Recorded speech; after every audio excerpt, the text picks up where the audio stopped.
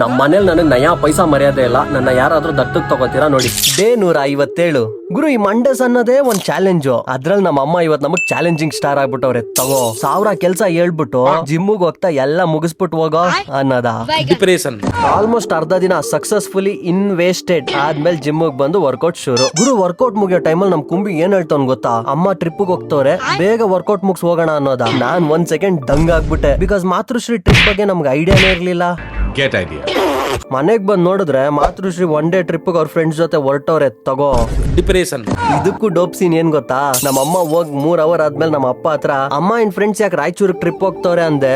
ಅದಕ್ ನಮ್ಮ ಅಪ್ಪ ರಾಯಚೂರು ಲೇ ಮಂಗ್ಯ ಅವ್ರು ಹೋಗ್ತಿರೋದು ಮಂತ್ರಾಲಯಕ್ಕೆ ಅನ್ನೋದ. ಡಿಪ್ರೆಷನ್.